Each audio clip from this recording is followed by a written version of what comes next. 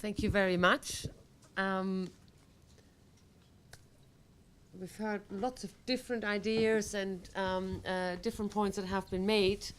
I will not try and sum this up now, but I would invite the people here, and I know at least I'm told there are some people who are following us online in different countries, so if they have questions, we want to hear those too. If you have questions or specific comments to one or more than one of the speakers, this is your chance to make your point. Yes, please.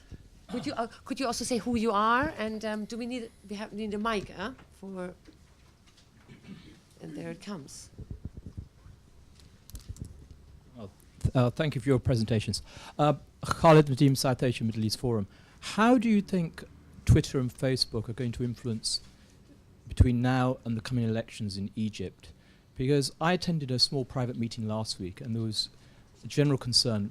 At this meeting there were some Egyptian politicians and Egyptian students visiting the UK, that the momentum has disappeared, especially with the youth, about organisation and fragmentation, about getting organised for the election.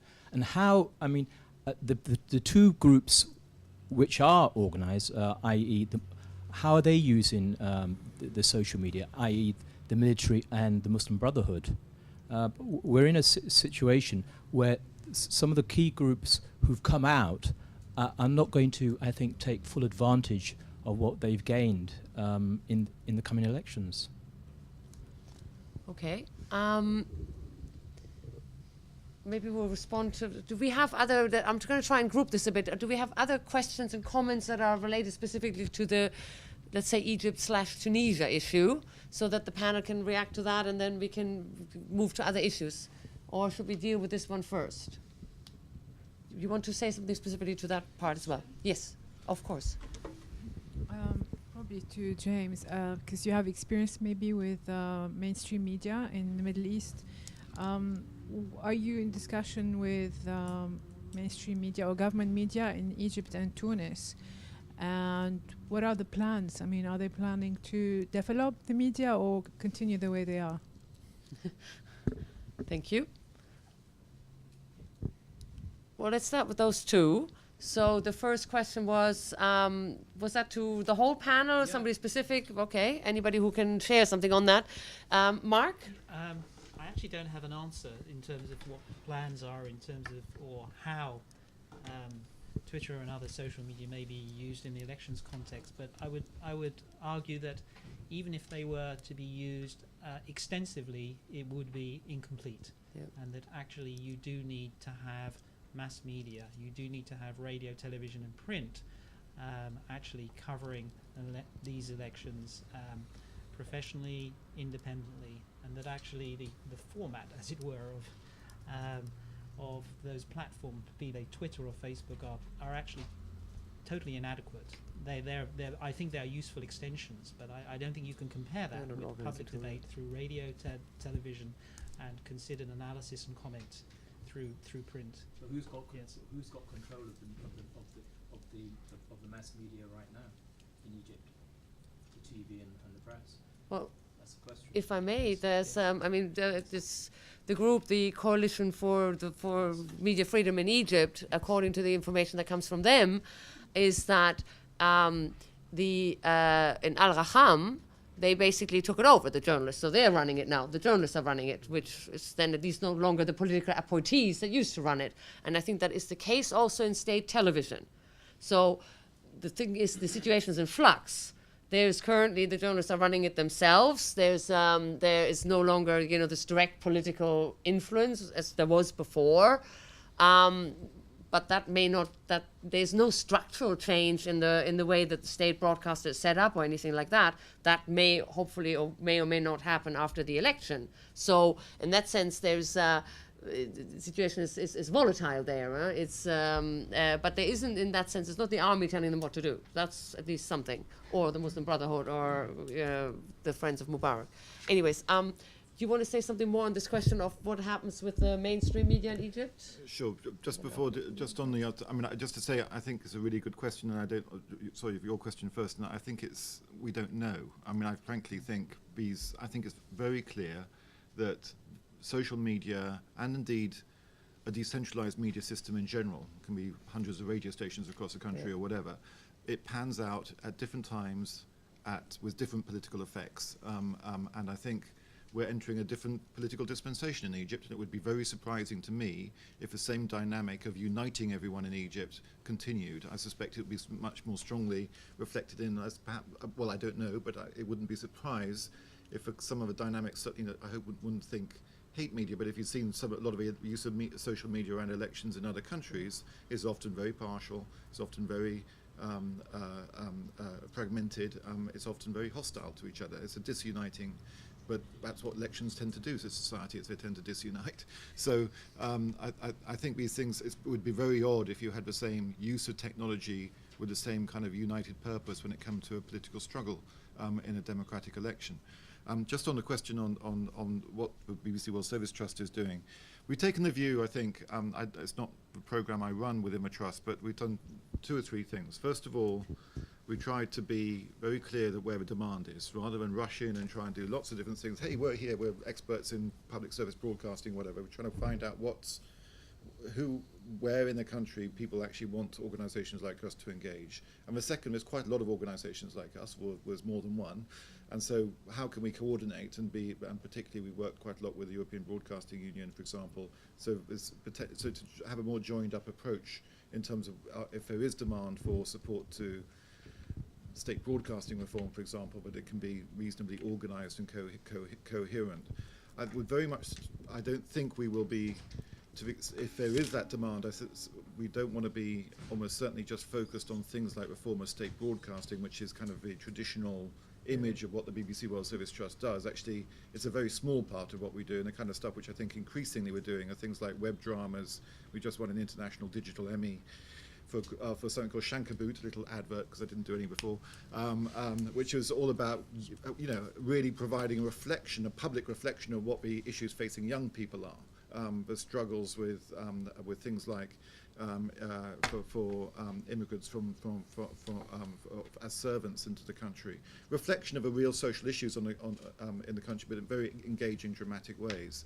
So there's lots of different ways of approaching this, and it certainly just won't be a sort of institutional approach. I think it'll be very much about how to connect with young audiences. All right. Any more theories on what will happen in Egypt? Yeah, so, yes, please.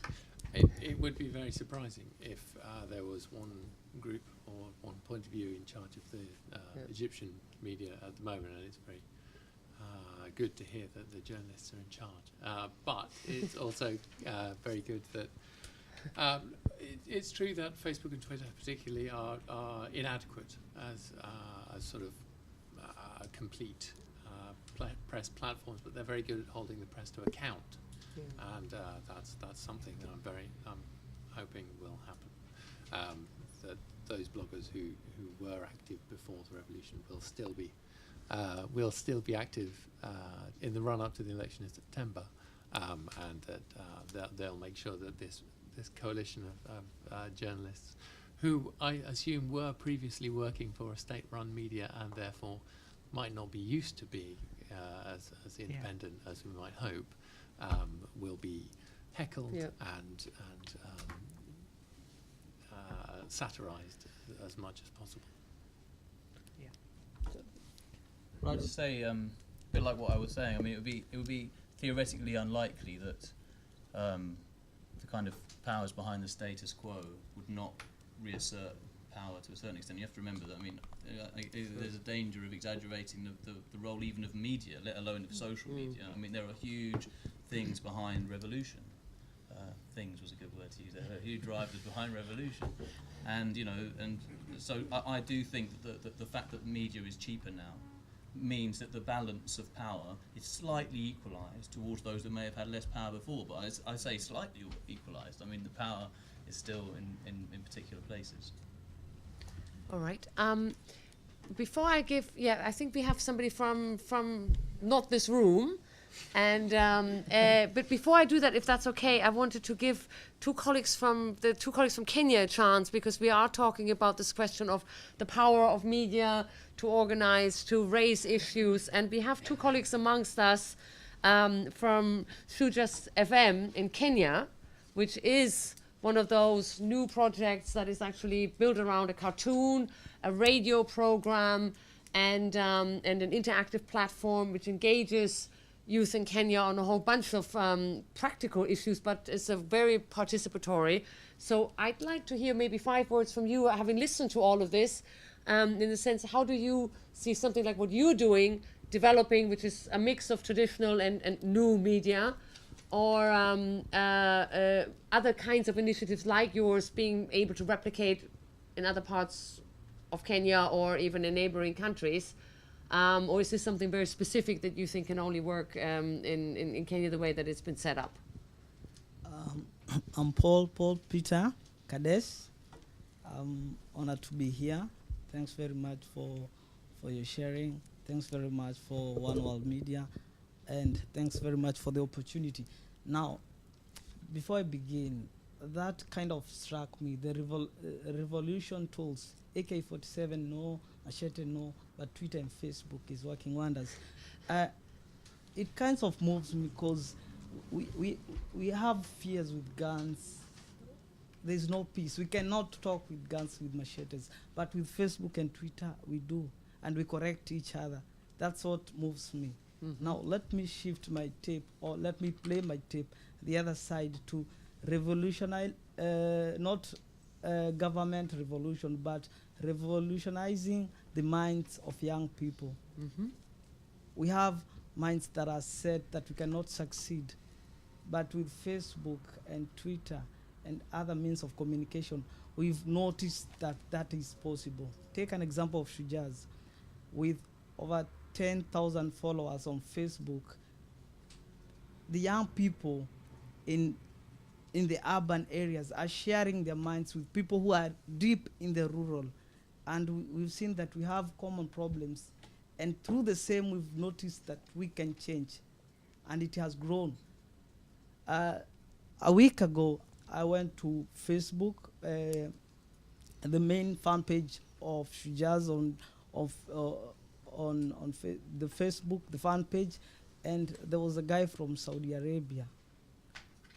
He was interested, so much interested, and he had been moved by what is happening in Kenya through Shujaz.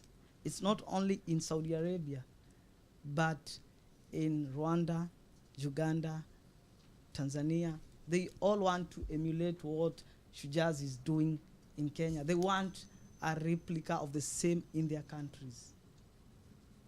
I don't know how it works, but the way it works, I think it works. It doesn't have to start with Twitter and Facebook.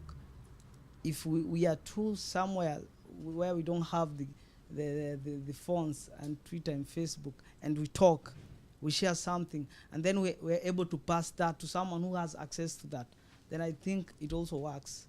It doesn't matter where it begins, but the end product is what matters.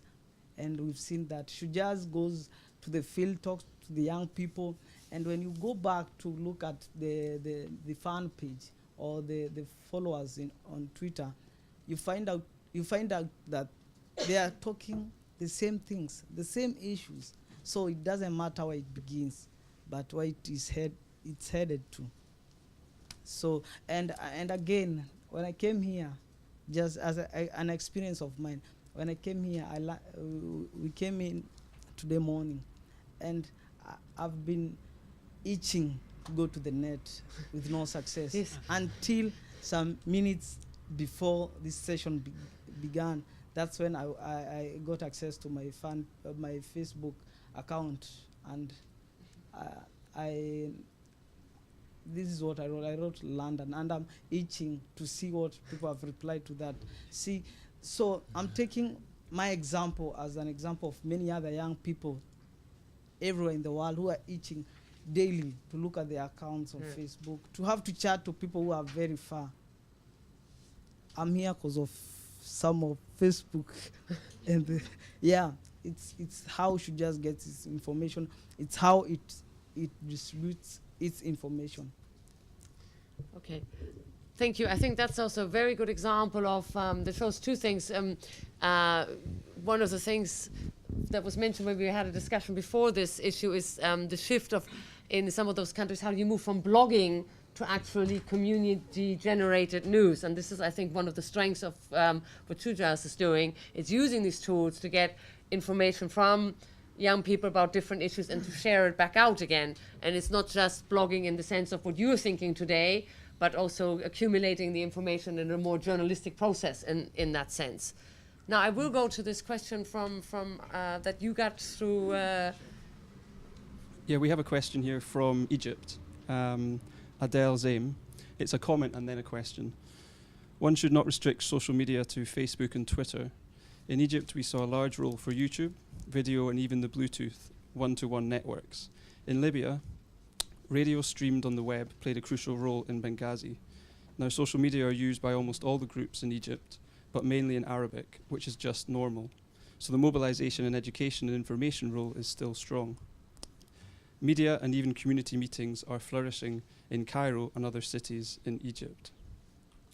And then the question, how is social media used and how is it doing in Libya and Syria? Right. Okay.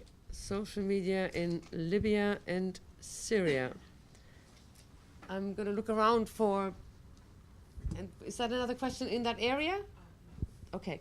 Well, maybe, okay, because we won't have that much time. I'll collect some. We'll write this down and maybe come back to it. Social media in Libya and Syria. And then I'll have your question, please.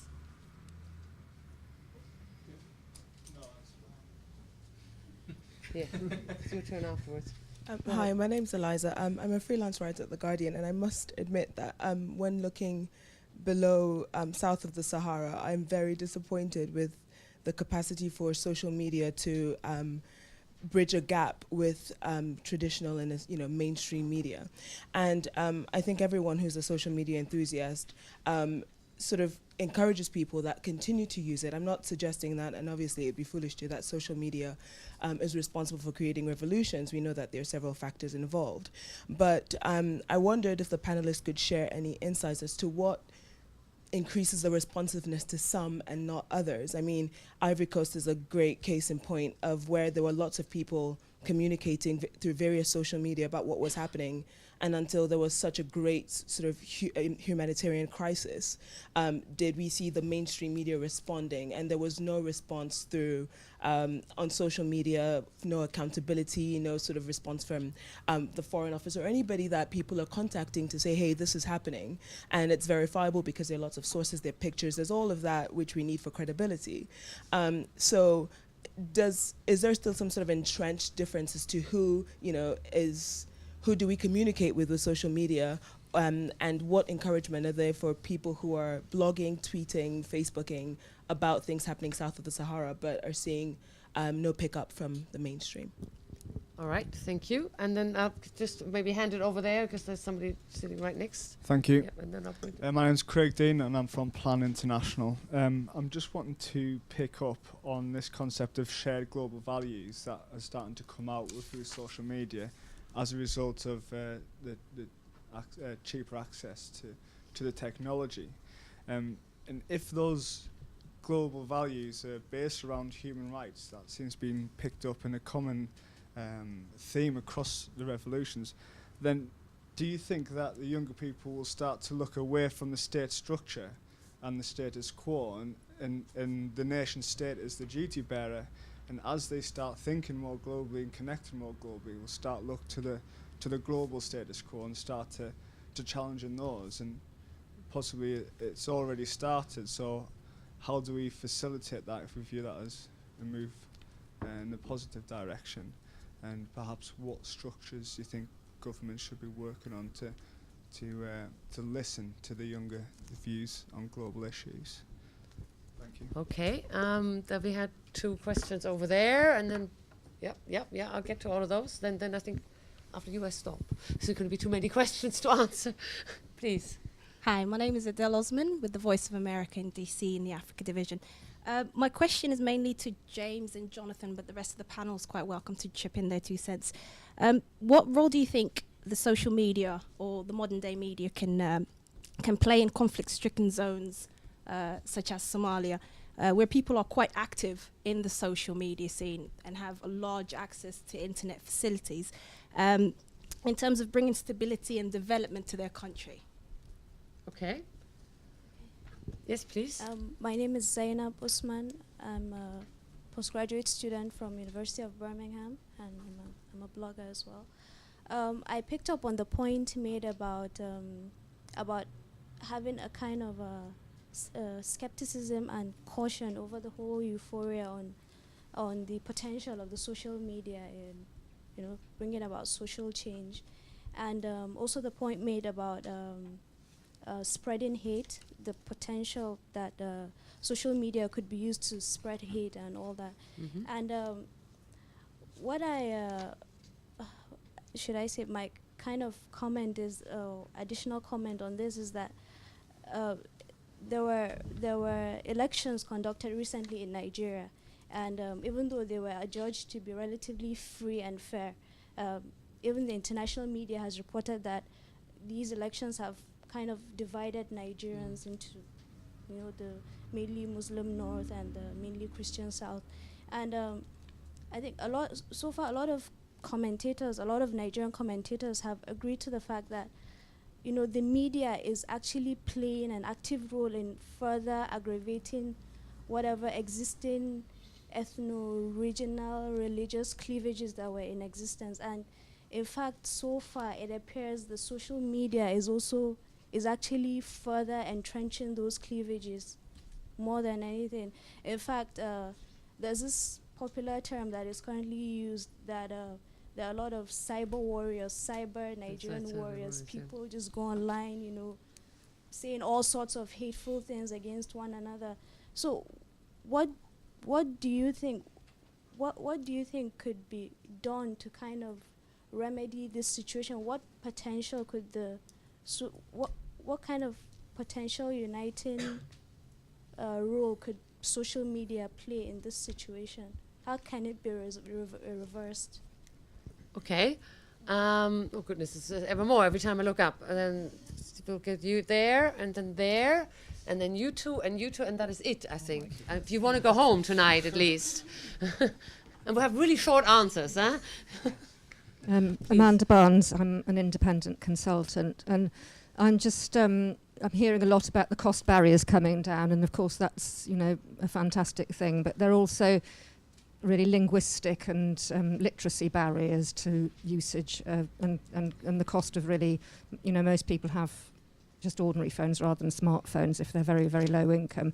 And I just really, the question I want to ask is, do you think that the digital media is any use to the people who lack the literacy and linguistic skills to be able to sort of communicate with on a global level?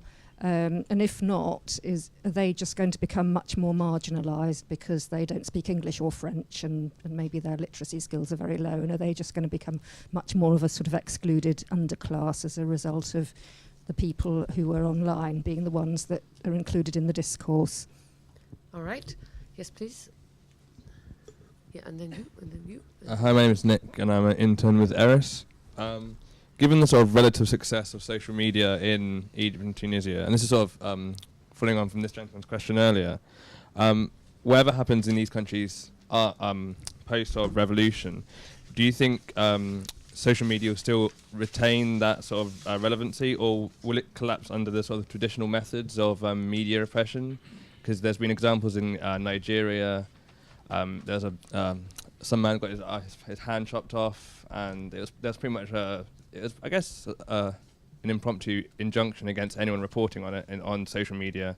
And I know places in like Syria and Morocco, bloggers and tweeters have all sort of been apprehended. So do you think it sort of follows the usual media relationship with the government, or is it a whole new sort of relationship that hasn't really been sort of seen before?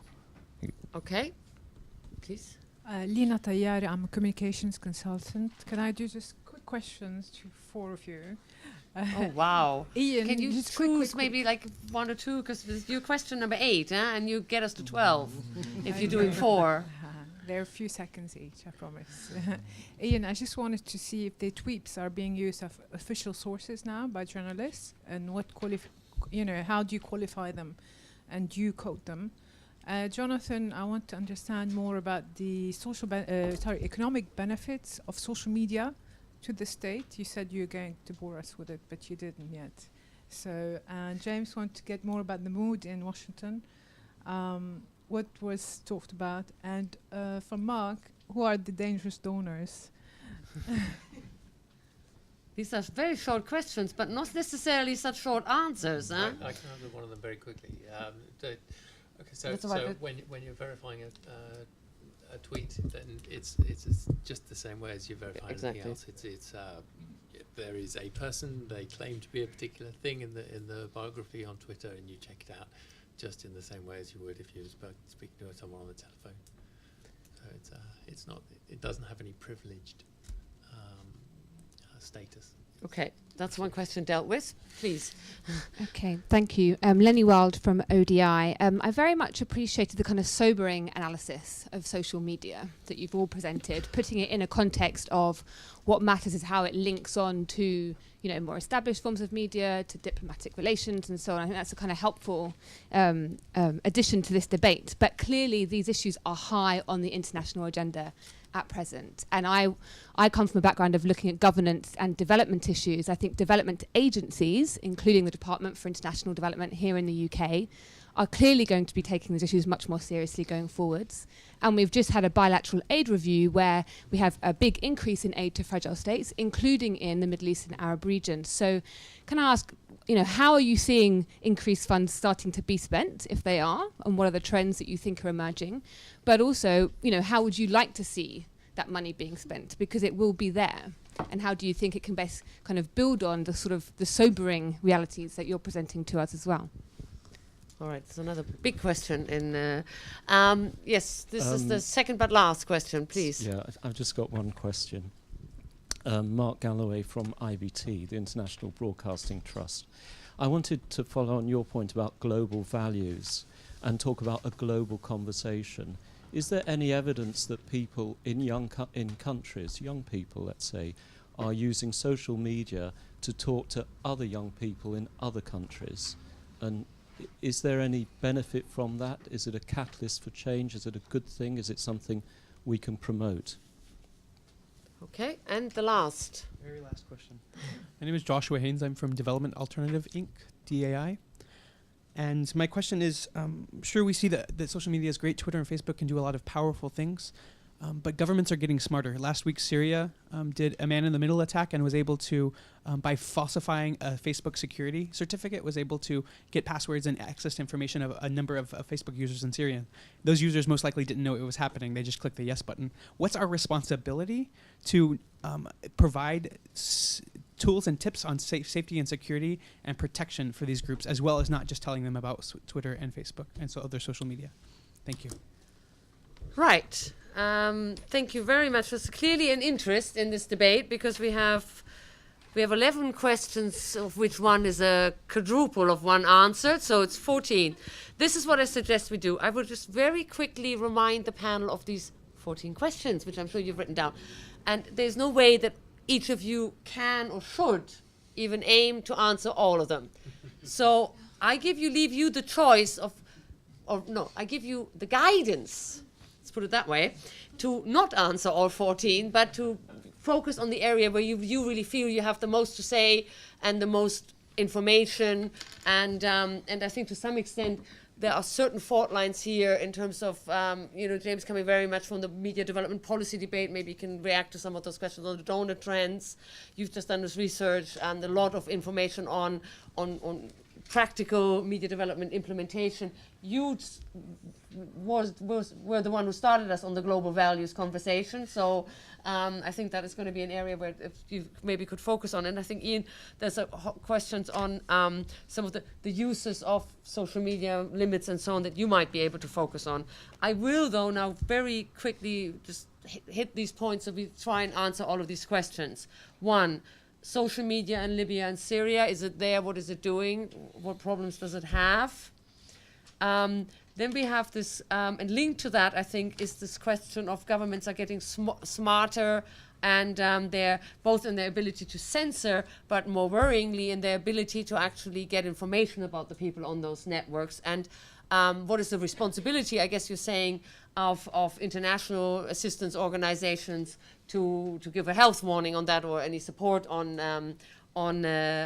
safety on that. And I know that Internews has been doing some stuff on that, Mark, so maybe you can say something about that. Then we have the question of, specific question on the role of social media in conflict countries with Somalia. What can it do or not do? Kind of linked to that, this question of where there is division, like the Nigerian example, where we have examples of social media and other media as well, being more agents of division and rather than unity. What can be done about that, if anything? The question of, which links a bit to what Ian has been talking about, why is it that certain groups of social movements and reforms using social media get a really great response from the US State Departments and others, while others don't, like Cote d'Ivoire? Why is that? I could answer this with a very cynical answer, but I will not do that now. But why is that, and how can that be changed? Then we have this question of the global values, the global social, the shared values. First of all, a question for information. Do any of the panels know about evidence which bears that out, that is actually happening amongst young people? And if it is happening, does it mean that there will be a more participatory, democratic conversation globally away from the nation state and this potential repression? If so, how can that be supported? Those are, I think, big questions. I mean, if anybody can answer that, good luck. And hang on, last but not, yes, very quickly though, James, any impressions on the World Press Freedom Day? The questions of who are the dangerous donors? And there was one more of yours, of the foursome, which I wrote down. I can't read anymore. I'm very sorry. Oh yeah, the economic benefits of the of this media to internet, social media to the state. Then last but not least, for sure, if any of you can remember this, good luck. The linguistic is an important question. The linguistic and literacy barriers. Are we, as what Jonathan is saying, on the one hand creating this, open and debating middle class out there, global, having a global conversation, and a whole bunch of people that are left behind? Or is that, and what can be done to avoid that? This should take us to 9 o'clock. This should take us to 9 o'clock. I don't know what you're doing tonight. We're debating. Hopefully still with all our friends out in the world. I'm just going to start off with no particular logic from this side of the table to that side of the table. Mark. Social media in Libya, first of all. I don't have detailed knowledge of what's happening in the political or the conflict sphere, but I can say that social media is being used for diagnostics around humanitarian needs. That Ushahidi, the mapping platform, is being used to actually collate information from individuals via crowdsourcing mechanisms about their needs. And that actually the link here with Somalia and Nigeria and conflict there is that social media can be used at least to diagnose where geographically conflicts are occurring, often rapidly moving conflicts. And the roots of Ushahidi came out of the ethnic violence across Kenya. Syria, I can't give you a detailed update, but I can give you a link back to your question about safety. We've adopted this approach of not just informed consent, but informed and technically equipped consent. So we do a lot of work in what we call digital security training, which is actually how to enable our partners, civil society partners, to actually get online safely, how to manage their mobile phones safely, so that actually if they are arrested, they are less likely to sort of bear the worst possible consequences. this does sound a little bit clandestine, but I'd like to stress that this work is funded through the Dutch Ministry of Foreign Affairs, through their Global Human Rights line. There is no link with any regime change agenda. But digital security is a huge and growing area in this space. Okay, I think that's covered already.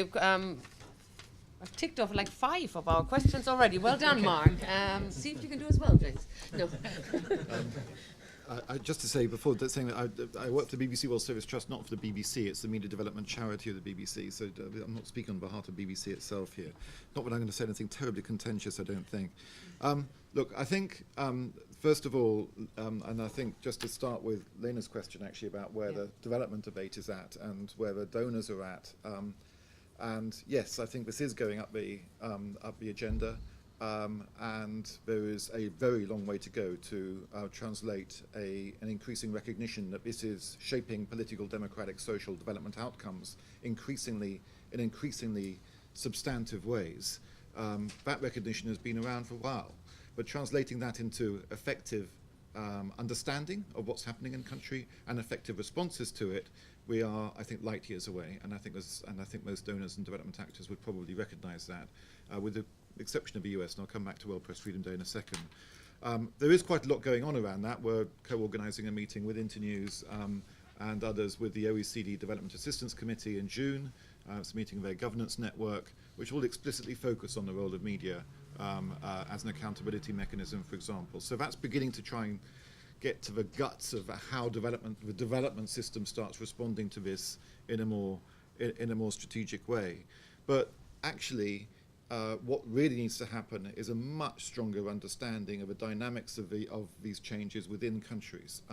I think both in terms of the opportunities it provides, and look at Kenya and things like mobile banking and Ushahidi and so on, but also the risks involved. And I think we need to build in media and social media and technology considerations into risk analysis, into quality of governance assessments, into the ways in which donors and development actors understand the countries in which they're working. Donors are trying to become increasingly understanding of the political character of the countries they're working in. Media tends to be pretty well lost in that framework. And when it comes to Nigeria, I think it's a really good question about this sort of whole issue about, it's a really, I did a report on the role of media in the Kenya crisis. It was very similar. Media as a driver of division in society, as well as sometimes a uniter of society.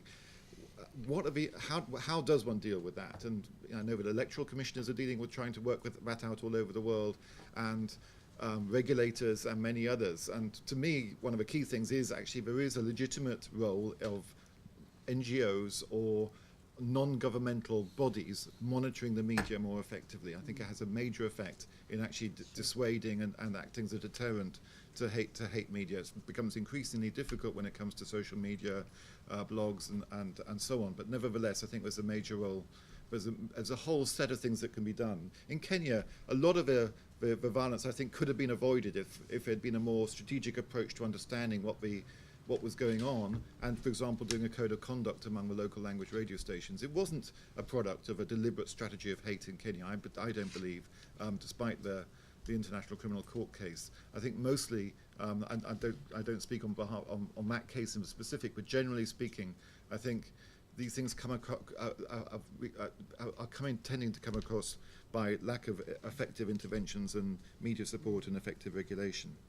Can I do one other? No, I better sorry, just on World Press Freedom Day. World Press Freedom Day. Look, I think there was a really historic event, World Press Freedom Day. World Press Freedom Day is organised by UNESCO, and this was the first time World Press Freedom Day took place in the United States since the US rejoined UNESCO, 4 years ago. For years, I'm convinced one of the reasons this has not been a greater subject of development agendas or greater focus in the policy community is there's been this overshadow of an old debate of a New World Information and Communication Order debate in the 1980s, which led, I think, a lot of development actors and policy actors to conclude you get involved in media and you're getting involved in something that is political, messy, difficult, it's going to get you into trouble. And I think that's been a long-lasting wound but it's been undercurrent of this whole area, and it's been finally put to rest. That whole debate has been buried, is dead. The fact that the State Department, USAID, National Endowment for Democracy, and UNESCO and others joined together in what was a really very vibrant event last week really has put together some of the ghosts of the past. When we talk about supporting media, we're not talking about supporting, obviously now, government intervention or control of the media. We're talking about how to make this work for citizens, for society, for democracy, and for development. And we need to get over the past and move and work towards the future. And I think last week had a big part in that. Sorry, I went on too long. Thank you. Jonathan, global shared values. I shall come on to that very briefly, but there's a couple of questions that were specifically aimed at me. Yes. The lady from Somalia, I'm afraid, don't know the answer to your question. I don't know enough about not from Somalia, sorry, about Somalia. I don't know the answer to your question. So we're doing a policy brief on Somalia. We'll tell you. We'll publish it in 6 weeks' time. And there was about Somalia then. There's a question about economic benefits to the state. I don't remember promising to give you information about that. I was talking about taking kind of an economic view of the of media technology and the price issues, but there's quite a lot of evidence that people with mobiles can find out things more. Basically, if you know what's happening in a particular town, you might not need to go there to sell your stuff, and that saves a lot of money and time. You might find out about the relative prices in different areas, and that helps you to make a decent living. Those kind of things. I mean, I'm not an expert on that stuff, but I've heard talk of it. The question about why sometimes social media issues don't get, and thank you, Eliza, for tweeting my remark about David Starkey around the world.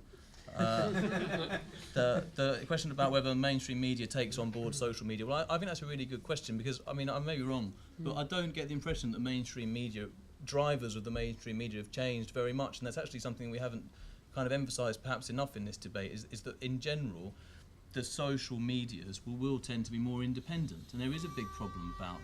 I don't. You know, the drivers of mainstream media are the same as ever. Anyone's tried to get people to cover a story. You know, you have to show a dead body to get someone out to Colombia to talk about displacement. But social media, you know, everyone's talking about it, whether or not it's news in the sense that the mainstream media requires it to be news. And so for that reason as well, I'm quite attracted to kind of the social media, even if the numbers of people that will see that story are much fewer. And the question about global shared values, well, again, I deny claiming that there would be global shared values. What I wanted to say was that actually people would share their different values. And there may or may not be a time when we reach kind of global shared values. Clearly, the human rights is one area that I think broadly accepted in many parts of the world, at least. But I don't say that will happen. But the idea that we can actually find out about values and thoughts and experiences from other parts of the world in a way that is much more so now than ever before, I think it has transformed our world forever. And the final point is, how should we spend money? I think was Lenny's question. Well, the international development budget is $12 billion a year, I think. The cuts to the BBC World Service, an old form of media, saved £46 million. Well, I think that is disgraceful, personally. I think we should rapidly reinstate that money and reinstate the BBC World Service where it's been cut down. It's probably too late, but there we go. Never stop me. Thank you very much. Thank you. Ian? Can I just really agree about the World Service? That's disgraceful. Agree into the mic? Yeah, I'm going to agree into the mic. I think the cuts to the World Service are going to save nothing, pretty much, and it's a terrible loss to us all. To come to the question of why do some social media groups find their work being picked up, I think is related to the idea of the Nigerian media presenting two sides of a story. With the media, if there is a simple story to be told, they will tell it, and they love doing that, and well, we love doing that, and people love reading about it. So if you can read about North versus South, or you can see a dead body, then you've got a really big number. Then you get the news desk's attention. But there are some situations that seem too complicated. The tension in Egypt was going on for years before it came up to. In fact, I saw a tweet from somebody sort of satirising the attention that Mubarak was getting, saying, "Oh God, I really hate Hosni Mubarak ever since I looked him up on Wikipedia a week ago." The first time they'd heard of him. So it could be that just those questions are too difficult, and that could be why the Nigerian media is presenting such a simple thing. Whereas the social media is much more like a telephone than it is a camera or a newspaper. And you hear someone on their mobile on the train on the way home saying, "Oh, I don't know, let's go out for a curry, or we could go to the pub," something like that. And it's completely uninteresting. You don't care, and it's actually quite annoying that they're talking. But if they're talking about something that you're interested in, then you might eavesdrop and you might tell somebody else about it. So a conversation going on within social media is a conversation between two people. It might not be your thing, but the incredibly lowered cost of joining that conversation and joining a potentially worldwide conversation is so low now that this you get a plurality of voices that was impossible before, and that can colour the debate in a way that a big media would find it very difficult to do before, which also starts you thinking about hate speech and the undesirable points of view that might be expressed and will be expressed. I'm in the slightly unfortunate position of having read the Telegraph comment threads before they get through moderation, and I can tell you really don't want to have read those. So it's not a purely Nigerian problem, it's not an Egyptian problem. Everywhere has hateful individuals that you don't want to listen to. The hope is that those people are outweighed by the more reasonable majority, and if everybody has a voice, then with luck that'll come out. And then finally, there's the question of security. I know that the big international social media networks, such as Facebook or Twitter, take that incredibly seriously. There's a browser extension called Firesheep, which allows you to sit in a cafe and steal the passwords of everybody who's online over Wi-Fi, unless they're using a secure server to connect to the website that they're supporting to. And millions of people have downloaded this and nicked people's passwords for a laugh, and they're not going to do anything with them. But the unacceptable people might take those and use them for very bad things. And that has meant that a huge number of the big social media networks, Twitter, Facebook, MySpace included, have all moved over to secure networks. And I think that as security holes are discovered, then they'll be closed, and that's a constant battle whenever you're connecting of any kind of network. It's unfortunate, but it's true. The social media networks offer communication, but they don't offer secrecy, which is a difficult thing, but it's a great thing at the same time. All right, thank you very much. I'll try and just say 5 words, if I may, about the one question, and it's of the many that have been answered, and I think have been answered extremely well.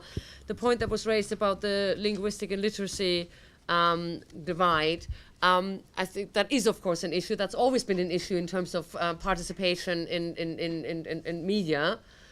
Because if you, with the traditional media, it was the same problem, which is why radio was always so popular, and that, of course, can be transmitted on other platforms as well.